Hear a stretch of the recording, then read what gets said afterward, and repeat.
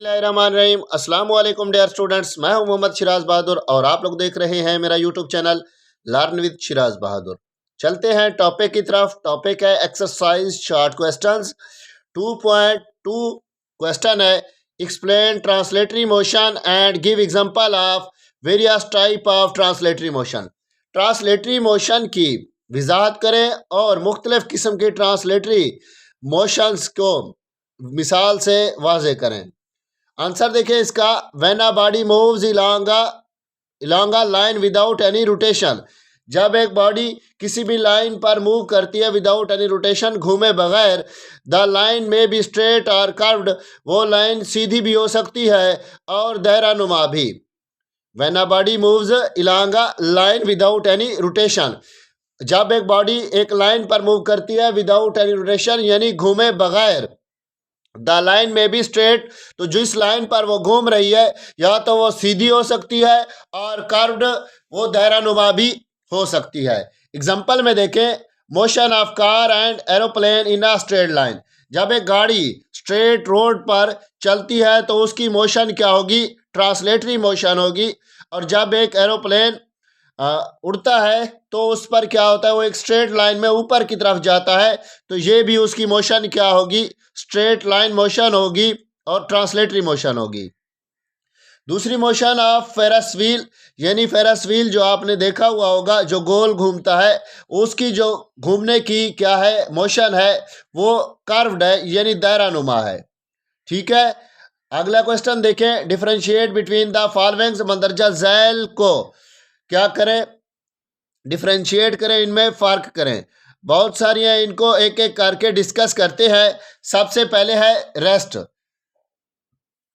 Rest में सबसे पहले देखें, if a body does not change its position with respect to its surrounding. अगर कोई जिस्म अपने इर्द गिर्द के लिहाज से अपनी पोजीशन तब्दील ना कर रहा हो तो वो रेस्ट की हालत में होगा। ठीक है, यानी खड़ा हुआ है, अपने इर्द गिर्द के लिहाज से अपनी पोजीशन को तब्दील नहीं कर रहा। मिसाल के तौर पर चलती हुई गाड़ी के अंदर बैठा हुआ बंदा, अब वो इर्द गिर्द के लिहाज से गाड़ी तो मूव कर रही है, लेकिन उसमें बैठा हुआ जो बंदा है वो रेस्ट की हालत में होगा।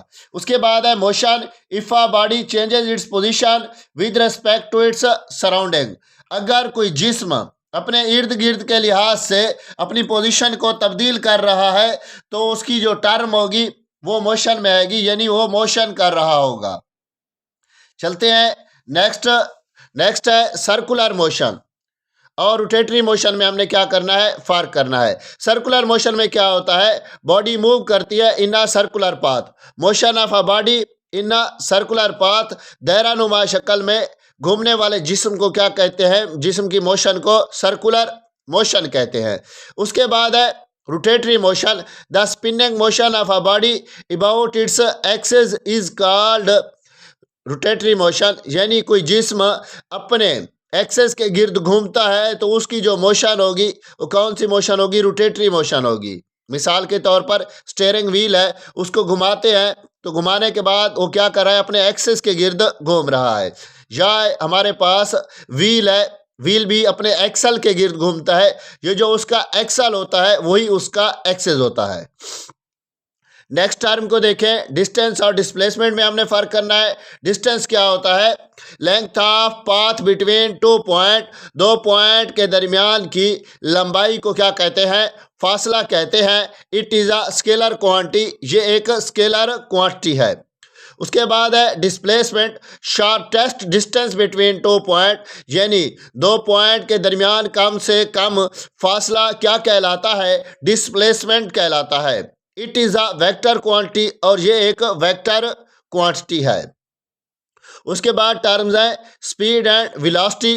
वेलोसिटी और स्पीड में क्या करना है? फर्क करना है, तो उसको देखें। Rate of change of distance is called speed, यानी डिस्टेंस में तब्दीली की शरह को क्या कहते हैं? स्पीड कहते हैं। अब डिस्टेंस कौन सी क्वांटिटी थी? स्केलर क्वांटिटी है, जिसकी वजह से जो स्पीड है वो भी एक स्केलर क्वांटिटी होगी।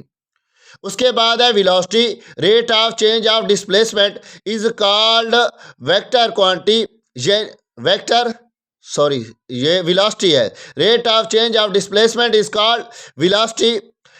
यानी डिस्प्लेसमेंट में तब्दीली की शरह को क्या कहते हैं? वेलोसिटी कहते हैं। It is a vector quantity, क्योंकि डिस्प्लेसमेंट वेक्टर क्वांटिटी है, इसलिए ये भी क्या होगी?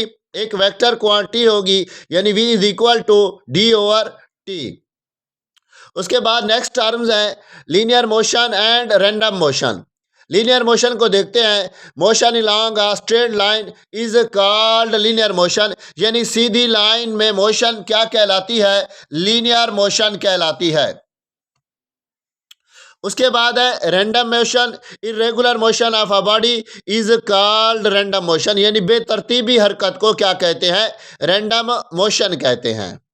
ठीक है, जैसे इंसेक्ट्स जब उड़ते हैं तो उनकी जो मोशन होती है वो बेतरतीबी होती है, कभी इधर कभी उधर, इस तरह जिगजैग टाइप की उनकी क्या होती है? मोशन होती है। तो ये मोशन रैंडम मोशन कहलाती है। उसके बाद नेक्स्ट टर्म्स है स्केलर और वेक्टर। अब स्केलर्स और वेक्टर दोनों फिजिकल क्वांटिटीज हैं, लेकिन इनमें से एक क्या होगी जिसके साथ मिकदार के साथ डायरेक्शन ज़रूरत होगी, यानी सिमत भी ज़रूरत होगी। एक उनमें से होगी जिसकी सिर्फ मिकदार होगी, एक भी क्या होगी और फिजिकल क्वांटिटीज होगी। यानी स्केलर को देखें, scalar quantity is described completely by its magnitude only. ये एक ऐसी मिकदार है जिसको सिर्फ उसकी मैग्नीट्यूड के साथ हम ज़ाहिर कर सकते हैं। ठीक है, अब यहाँ पर जो वेक्टर है, it can be described completely by its magnitude and direction, यानी उसकी मैग्नीट्यूड के साथ सिमत की भी क्या होती है? ज़रूरत होती है। अब जैसे डिस्टेंस है, डिस्टेंस स्केलर क्वांटिटी है, वो तो सिर्फ क्या होगा? लेंथ होगी उसकी, मिसाल के तौर पर 10 मीटर। लेकिन जब डिस्प्लेसमेंट की बात आएगी साथ में उसकी डायरेक्शन भी होगी। तो डिस्प्लेसमेंट क्या है? एक वेक्टर क्वांटिटी है, तो उसके ऊपर एक एरो का निशान होगा और उस पर 10 मीटर या जो भी क्वांटिटी होगी उसको लिखा जाएगा, साथ में एक डायरेक्शन भी बताई जाएगी कि ये इस तरफ होगी। तो ये क्या होगी? एक वेक्टर क्वांटिटी होगी। उसके बाद है 2.4 define the term speed, velocity and acceleration. Speed को देख लें, यहाँ पर पहले भी मैंने डिस्कस किया है। Rate of change of distance is called speed, यानी डिस्टेंस में तब्दीली की शरह को क्या कहते हैं? स्पीड कहते हैं। और वो किसके इक्वल? स्केलर क्वांटिटी है, वो होती है v is equal to s/t के इक्वल। उसके बाद है velocity. Rate of change of displacement is called velocity, यानी डिस्प्लेसमेंट में तब्दीली की शरह को वेलोसिटी कहते हैं। It is a vector quantity, ये एक वेक्टर क्वांटिटी है। v is equal to d/t। Last में एक टर्म है जिसको हमने डिस्कस करना है और लिखना भी है, वो है एक्सेलरेशन।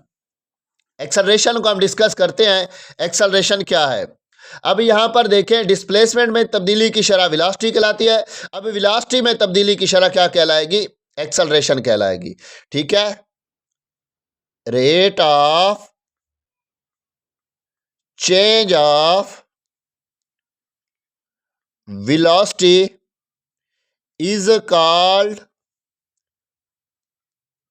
एक्सेलरेशन, यानी वेलोसिटी में तब्दीली की शरह को क्या कहते हैं? एक्सेलरेशन कहते हैं। और ये भी एक क्या होगी? वेक्टर क्वांटिटी होगी। अब एक्सेलरेशन का जो फार्मूला होता है वो किसके इक्वल होता है? Acceleration is equal to vf minus vi/t, यानी final velocity minus initial velocity बटा टाइम। अब ये जो वेलोसिटी है इसका यूनिट होता है मीटर पर सेकंड, और नीचे क्या आ जाएगा? टी है, तो उसका यूनिट भी क्या है? सेकंड।